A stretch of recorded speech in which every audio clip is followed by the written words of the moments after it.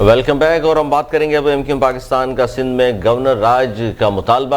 آج press conference کی convener MQM Pakistan Aamir Khan نے ایک پریس کانفرنس کی جس میں انہوں نے بہت سارے باتیں کی ہیں، جس میں سب سے اہم جو تھا وہ تھا گورنر راج کا مطالبہ. اس کے علاوہ انہوں نے کہا جی سندھ اور پاکستان کے خلاف سازش ہو رہی ہے اور سندھ میں جعلی ڈومیسائل پر لوگوں کو بھرتی کیا گیا ہے. نادرہ میں 50% غیر قانونی بھرتیوں کا الزام ہے. جعلی شناختی کارڈ پر 40 لاکھ ووٹرز رجسٹرڈ کروائے گئے ہیں. سیاسی ایڈمنسٹریٹر کی تعیناتی بارشوں کے بعد ہوگی تاکہ اس پر الزام نہ آئے، یہ کہا ہے خالد مقبول صدیقی صاحب نے بھی. اور یہ توبوں کا رخ کر لیا جی MQM پاکستان کی جانب. کل بھی ہم نے پروگرام ایک کیا تھا جس میں MQM پاکستان اور پاکستان پیپلز پارٹی آمنے سامنے تھیں، اور بات کل بھی یہی ہوئی تھی کہ ایڈمنسٹریٹر کے حوالے سے اسی کا جواب انہوں نے دیا ہے. جبکہ آج اس پریس کانفرنس کے بعد وزیر اطلاعات سندھ ہیں سید ناصر حسین شاہ صاحب، انہوں نے بھی جواب دیا. انہوں نے کہا جی گورنر راج کی بات کر کے عامر خان ذہنی پسماندگی کا ثبوت دے رہے ہیں. عامر خان کے دماغ کا معائنہ ہونا چاہیے. جب سے کراچی کے عوام نے مسترد کیا ہے ان لوگوں کی دماغی حالت جو ہے وہ ٹھیک نہیں ہے. پاکستان کی سلامتی کی خاطر کراچی کے عوام نے دہشت گردوں سے جان چھڑائی ہے.